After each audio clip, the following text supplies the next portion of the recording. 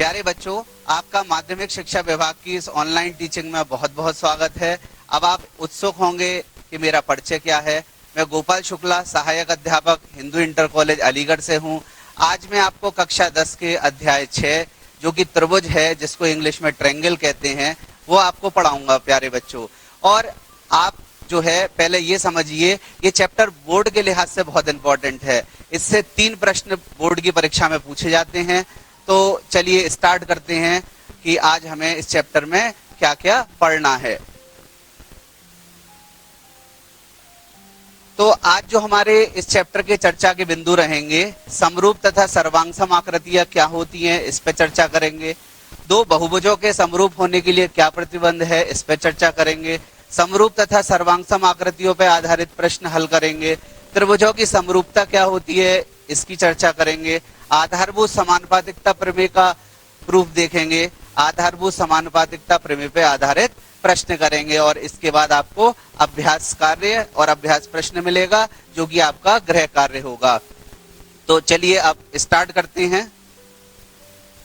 समरूप तथा सर्वांगसम आकृतियां क्या हैं प्यारे बच्चों, ये मैं आपको समझाता हूं। देखिए 2 चीजें होती हैं, आकार और आमाप। आकार और आमाप।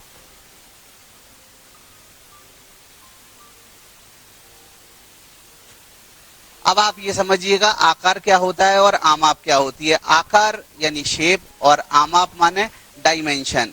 तो आकार जो है शेप और आप आमाप को साइज भी बोल सकते हैं।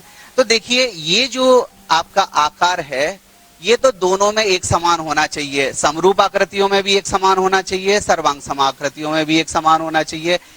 आमाप जो है, आमाप का मतलब डायमेंशन, यानी उसकी लंबाई चौड़ाई गहराई जो भी हो, जैसी भी फिगर हो, तो वो आमाप होता है। आमाप समरूप आकृतियों में जरूरी नहीं है सेम हो, आप समझिएगा अच्छे से, जरूरी नहीं है, सेम हो भी सकती है और नहीं भी हो सकती, लेकिन सर्वांगसम आकृतियों में तो जरूर सेम होगी। तो यानी सर्वांगसम आकृतियां इन दोनों को फॉलो करेगी और जो समरूप आकृतियां वो फर्स्ट को तो फॉलो करेगी, सेकंड को करे या ना करे। और अच्छे समझिए, आकार माने जो जिस तरह की कोई आकृति दिखती है या चित्र दिखता है वो उसका आकार है, वो हूबहू होना चाहिए। और आमाप माने लंबाई चौड़ाई गहराई। तो चलिए परिभाषाओं को देखते हैं। 2 आकृतियां जिनके आकार समान होते हैं परंतु इनके आमाप समान होना आवश्यक ना हो, समरूप आकृतियां कहलाती हैं। तो देखिएगा आकार तो समान है लेकिन आमाप जो है वो जरूरी नहीं है समान हो, समान होना आवश्यक नहीं है। और सर्वांगसम आकृतियों में 2 आकृतियां जिनके आकार और आमाप दोनों समान होते हैं, यानी आकार तथा आमाप दोनों समान हैं, वो आपकी क्या कहलाती हैं, सर्वांगसम आकृतियां कहलाती हैं। अब चलिए हम आगे बढ़ते हैं। तो ये विभिन्न आकृतियों के माध्यम से हम सर्वांगसमता का प्रदर्शन कर रहे हैं। देखिए ये 2 चतुर्भुज हैं और आप देख रहे हैं ये दिखने में हूबहू हैं, एक जैसे हैं, और अगर आप इनकी डायमेंशंस को नापेंगे तो वो भी एक जैसी होगी। यानी प्यारे बच्चों, जैसे कि ये मेरा हाथ और ये हाथ एक जैसा दिख रहा है, और जब मैं इसे एक के ऊपर एक रखूंगा तो ये जो उल्टा हाथ है वो सीधे हाथ को छुपा लेगा और जो सीधा हाथ है वो उल्टे हाथ को छुपा लेगा।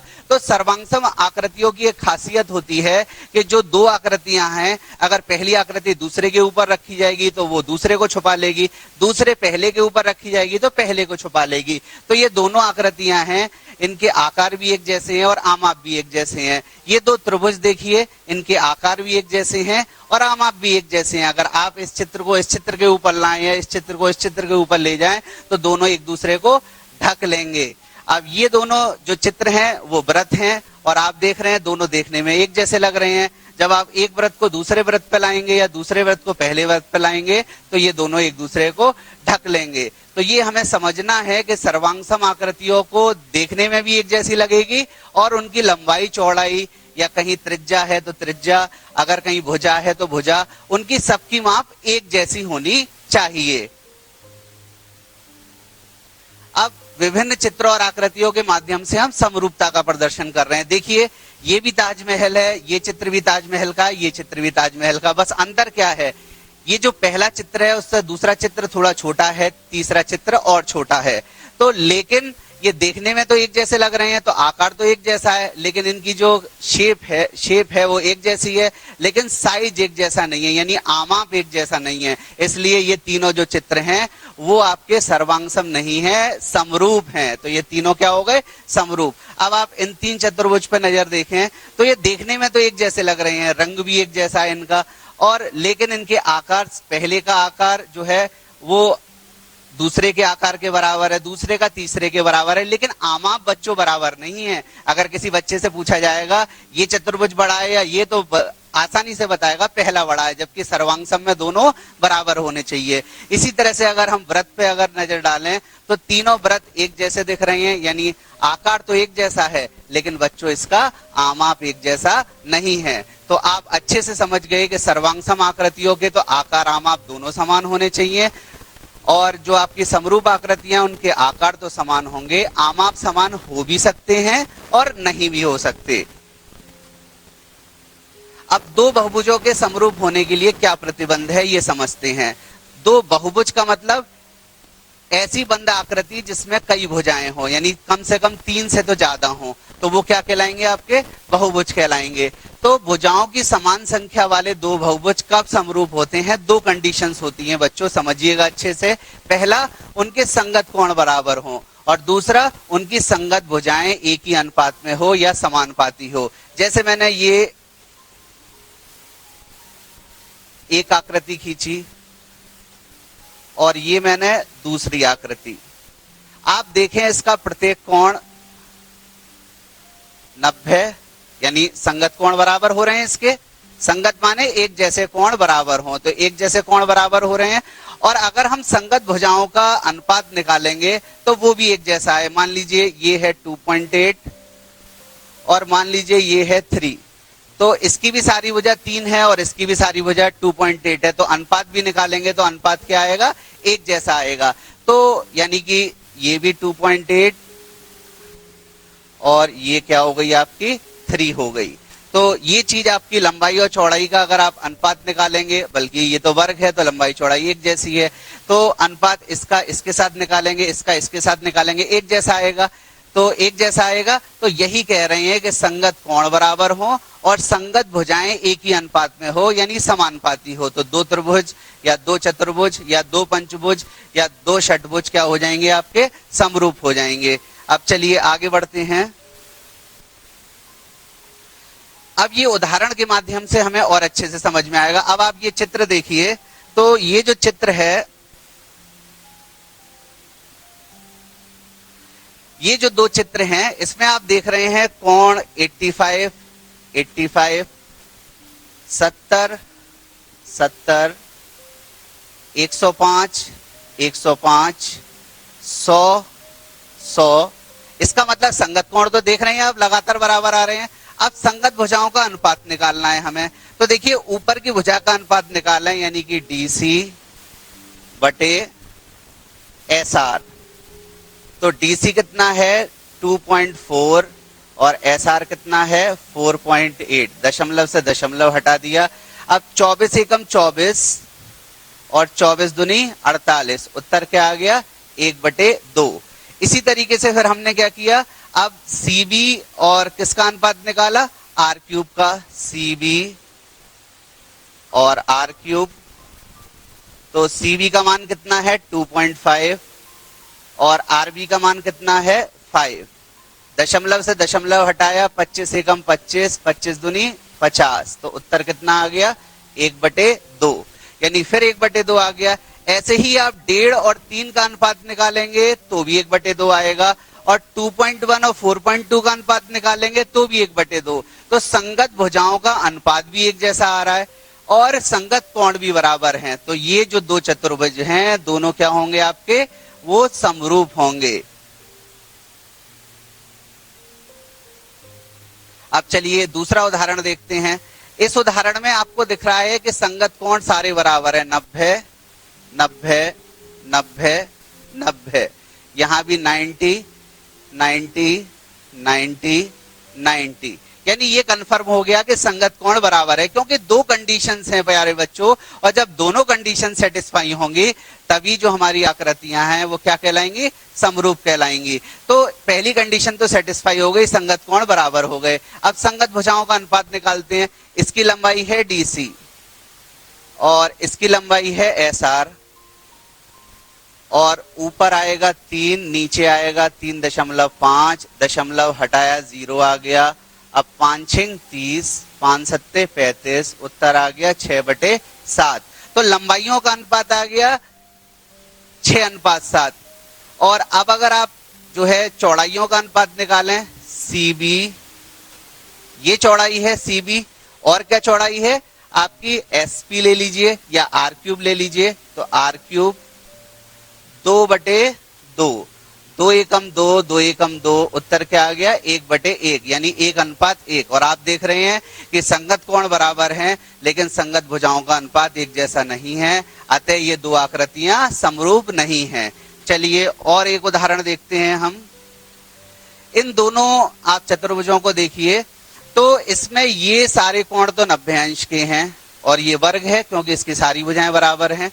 और यहां पर आप देख रहे हैं ये न्यून कोण है, तो इसका मतलब समकोण न्यून कोण के बराबर तो हो नहीं सकता, तो लग रहा है कि संगत कोण बराबर नहीं है। और लेकिन संगत भुजाओं का अनुपात एक जैसा है क्योंकि ये समचतुर्भुज है और ये वर्ग है। और अगर आप अनुपात निकालेंगे तो 4.1/2.1/4.2, डेसिमल से डेसिमल हटाया, 21 1 1, 21 से 42 2 टाइम्स कैंसिल हो गया, तो कितना आ गया उत्तर 1/2। तो भुजाओं का तो अनुपात एक जैसा है लेकिन संगत कोण बराबर नहीं है। और बच्चों समझ लीजिए, जब तक दोनों कंडीशंस नहीं सेटिस्फाई होंगी, संगत कोण भी बराबर होने चाहिए, संगत भुजाओं का अनुपात भी बराबर होना चाहिए, तभी वो दोनों बहुभुज क्या होंगे, समरूप होंगे। अब समरूप और सर्वांगसम आकृतियों पर आधारित जो विभिन्न प्रश्न हैं वो हल करते हैं। हमें कोष्टक में दिए गए शब्दों में से सही शब्द का प्रयोग करके रिक्त स्थान की पूर्ति करनी है। सभी वृत्त सर्वांगसम तो हो नहीं सकते क्योंकि एक वृत्त छोटा होगा, एक वृत्त बड़ा, तो इसका आकार तो एक जैसा है, आमाप एक जैसा नहीं है। और मैंने आपसे बताया कि अगर आकार एक जैसा होगा, आमाप भले एक जैसा हो या ना हो, तो वो जो चित्र हैं या वो जो आकृतियां वो क्या कहलाएंगी, समरूप। तो इसका उत्तर क्या हो गया, समरूप। तो आप खाली स्थान में क्या भर दीजिएगा, समरूप भर दीजिएगा। ऐसे ही वर्ग, वर्ग एक छोटा हो सकता है, वर्ग एक बड़ा हो सकता है, तो दोनों ही वर्ग हैं, दोनों का जो है आकार एक जैसा है लेकिन आमाप एक जैसा नहीं। और आकार अगर एक जैसा है तो हम उसको सर्वांगसम नहीं कह सकते, हम उसको समरूप कह सकते हैं। तो इसका उत्तर भी क्या आ गया, समरूप। ऐसे ही सभी त्रिभुज समद्विबाहु, सभी समद्विबाहु त्रिभुज समरूप होते हैं, ये कोई जरूरी नहीं है क्योंकि समद्विबाहु में दो भुजा बराबर होती हैं, तीसरी भुजा अलग होती है। अब दो ऐसे त्रिभुज हो सकते हैं जिनके कोण बराबर ना हो संगत, या भुजाओं का अनुपात समान ना हो, तो ये गारंटी नहीं है। लेकिन समबाहु त्रिभुज, अगर एक समबाहु त्रिभुज ये है, दूसरा समबाहु त्रिभुज ये है, तो इसका प्रत्येक कोण क्या होगा, 60 अंश, और इसका भी प्रत्येक कोण कितना होगा, 60 अंश। तो संगत कोण भी बराबर हो जाएंगे और भुजाओं का अनुपात भी एक जैसा हो जाएगा संगत भुजाओं का। तो इसका मतलब ये समरूप हो सकते हैं। तो यहाँ पर आपको खाली जगह में क्या भरना है, समरूप समबाहु भरना है। अब भुजाओं की समान संख्या वाले दो बहुभुज, ये मैंने जो आपको बहुभुजों की समरूपता की परिभाषा बताई थी उसी पे आधारित खाली जगह है कि उनके संगत कोण क्या होंगे, भुजाओं की समान संख्या वाले दो बहुभुज समरूप होते हैं यदि उनके संगत कोण क्या होने चाहिए, बराबर होने चाहिए। तो पहले खाली स्थान में आप ये भरिएगा, और उनकी संगत भुजाओं समानुपाती होनी चाहिए, ये आप दूसरे खाली स्थान में भर दीजिएगा। तो ये आपका जो है प्रश्न हो गया। अब देखिए त्रिभुज की समरूपता क्या होती है ये समझते हैं। दो त्रिभुज कब समरूप होते हैं, उनके संगत कोण बराबर होने चाहिए। आप देख रहे हैं ये कोण इस कोण के बराबर है, ये कोण इस कोण के बराबर है, और ये कोण इस कोण के बराबर है। तो इसका मतलब संगत कोण आपस में बराबर है, कोण ए कोण डी के बराबर है, कोण बी कोण ई के बराबर है, कोण सी कोण एफ के बराबर है। और संगत भुजाएं क्या होगी, यहाँ पर ये कोण और ये कोण बराबर है ना, तो इसके सामने वाली भुजा क्या हो गई, इसके सामने वाली भुजा हो गई BC, और इसके सामने वाली भुजा क्या हो गई, वो हो गई EF। तो BC और EF का अनुपात। अब इसके सामने वाली भुजा क्या हो गई, AC, और इसके सामने वाली भुजा क्या हो गई, ये हो गई DF। तो AC और DF का अनुपात। ऐसे ही इसके सामने वाली भुजा कौन सी हो गई, AB, और इसके सामने वाली भुजा कौन सी हो गई, DE। तो ये अनुपात बराबर है। तो संगत भुजाएं कौन सी होती है, बराबर कोण के सामने वाली भुजाएं संगत भुजाएं होती हैं। तो संगत कोण बराबर होने चाहिए, संगत भुजाएं बराबर होनी चाहिए, तब ये दोनों त्रिभुज क्या कहलाएंगे, समरूप कहलाएंगे। अब चलिए एक बहुत ही इंपॉर्टेंट थ्योरम पढ़ते हैं जिसका नाम है आधारभूत समानुपातिकता प्रमेय, या इसको थिल्स थ्योरम भी कहते हैं, बेसिक प्रोपोर्शनलिटी थ्योरम या बीपीटी के नाम से जानी जाती है। पहले हम प्रमेय पढ़ते हैं क्या है। यदि किसी त्रिभुज की एक भुजा के समानांतर अन्य दो भुजाओं को भिन्न भिन्न बिंदुओं पर प्रतिच्छेद करने के लिए एक रेखा खींची जाए तो अन्य दो भुजाओं को एक ही अनुपात में विभाजित कर देती है या हो जाती हैं। यानी हमें क्या सिद्ध करना है, ये जो AD और DB का अनुपात है वो AE और EC का अनुपात होगा, ये हमें सिद्ध करना है। देखिए BC के समानांतर कौन सी रेखा खींची गई है, DE रेखा खींची गई है। अब जब DE रेखा खींची गई है तो वो AB के भी दो पार्ट कर रही है और AC के भी दो पार्ट कर रही है, और आपको क्या सिद्ध करना है कि जो पार्ट हो रहे हैं उनमें अनुपात एक जैसा होगा। आप देख रहे हैं AD और DB का जो अनुपात AE और EC के अनुपात के बराबर है। ये हमें क्या करना है, सिद्ध करना है। अब रचना देखते हैं कि हमें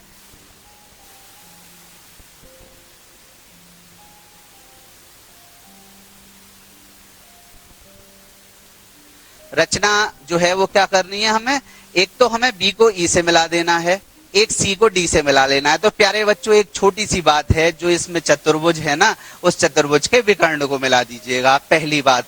और जो ऊपर आपको त्रिभुज दिख रहा है उसमें क्या करना है, ये त्रिभुज का है आधार, ये है त्रिभुज का आधार। तो जो त्रिभुज का आधार है जिसपे त्रिभुज खड़ा होता है उसके दो कॉर्नर हैं D और E, जिसको कि आप शीर्ष भी कहते हैं। तो इनसे आपको सामने वाली भुजाओं पर लंब डाल देना है। जैसे आपने ये डाला है DM और क्या डाला है EN, ये लंब डालना है। तो दो बातें आपको रचना में करनी है, एक तो नीचे वाले चतुर्भुज के विकर्ण को मिला देना है, और ऊपर वाले त्रिभुज का जो आधार है ना उसके शीर्षों से सामने वाली भुजाओं पे आपको क्या डाल देना है, लंब डाल देना है। इतना सा काम करना है, क्योंकि किसी भी काम को आगे बढ़ाने के लिए हमें कुछ ना कुछ करना पड़ता है। तो इस प्रमेय को सिद्ध करने के लिए रचना है, ये हमें करना पड़ेगा। अब देखिए आप जानते हैं कि ये त्रिभुज है। अब बेस को हमने B मान लिया और ये आपकी हाइट है H। तो आप जानते हैं त्रिभुज का क्षेत्रफल, और इंग्लिश में कहते हैं एरिया, और ट्रायंगल का नाम हमने दे दिया A, B और C। तो एरिया ऑफ ट्रायंगल ABC किसके बराबर हो जाएगा, हाफ बेस इंटू हाइट। ये आप जानते हैं, ये आप पहले से ही जानते हैं। और एक चीज और है, क्योंकि अंग्रेजी में एरिया कहते हैं क्षेत्रफल को, इसीलिए हम इसे शॉर्ट में क्या करेंगे, एरिया को AR डॉट से प्रदर्शित करेंगे। और अब आगे बढ़िएगा, आप क्या करते हैं, लेकिन एक चीज और समझिए, जैसे ये अधिक कोण त्रिभुज है और इसका आपको क्या निकालना है, एरिया निकालना है। बेस तो आपका हो गया ये। अब हाइट के लिए आप लंब डालेंगे किससे, मान लीजिए इस त्रिभुज से ABC, इस त्रिभुज से आपको क्या करना है, लंब डालना है। अब लंब डालेंगे तो लंब जो है वो किस भुजा पे नहीं आएगा, BC भुजा पे तो कतई नहीं आएगा, ये BC भुजा है।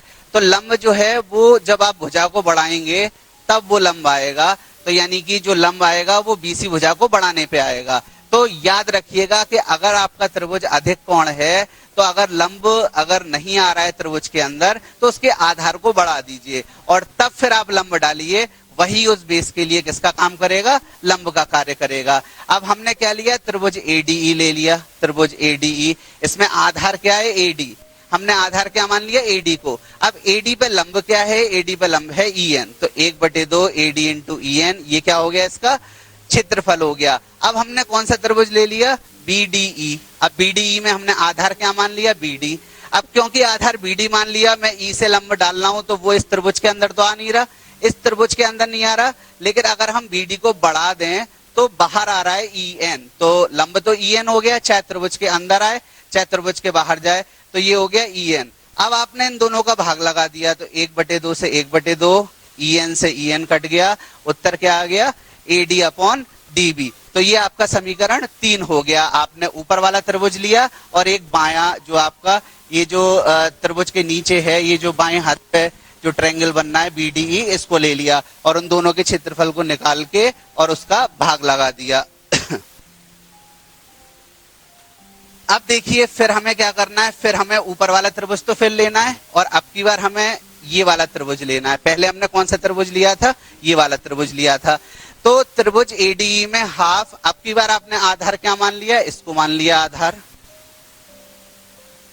ठीक है। तो इसको मान लिया तो लंब क्या हो गया, इस पे लंब हो गया DM। तो क्षेत्रफल क्या हो गया, हाफ AE इंटू DM, ये क्या हो गया, इसका क्षेत्रफल हो गया। अब DEC में आधार किसको मान लिया आपने, आधार इसको मान लिया। अब लेकिन जो लंब है, अगर आप D से लंब डालेंगे तो वो लंब त्रिभुज के अंदर नहीं आएगा, लेकिन जब आप इस भुजा को आगे बढ़ाएंगे तो ये रहा लंब DM। तो क्या हो गया, 1/2 EC इंटू DM। अब आपने क्या किया, समीकरण 4 में समीकरण 5 का भाग लगा दिया और जब भाग लगाया 1/2 से 1/2 कट गया, DM से DM कट गया, उत्तर क्या आ गया, AE/EC। ये हमारा क्या हो गया, समीकरण 6। अब क्या करना है, ये समीकरण 3 है जो हमने पहले पेज पे देखा था, ये हमारा समीकरण 6 जो दूसरे पेज पे हमने देखा।